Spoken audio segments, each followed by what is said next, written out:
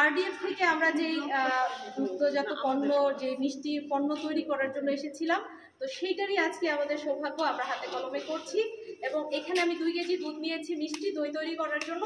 সেই মিষ্টি দই তৈরি করার জন্য যেহেতু আমার মিষ্টি লাগবে, আর সেক্ষেত্রে আমি চিনি ব্যবহার করছি।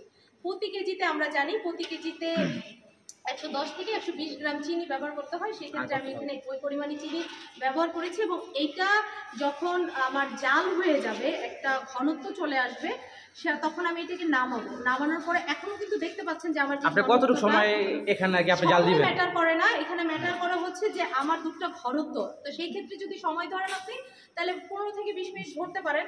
তো আমার দুধটা যখন ঠান্ডা হয়ে যাবে, ঠান্ডা মিন্স যখন আমার হাতটা সহনীয় পর্যায়ে থাকবে, আমার পুরনো যে দইটা, ইউ মিন কুসুম গরম, তাই না?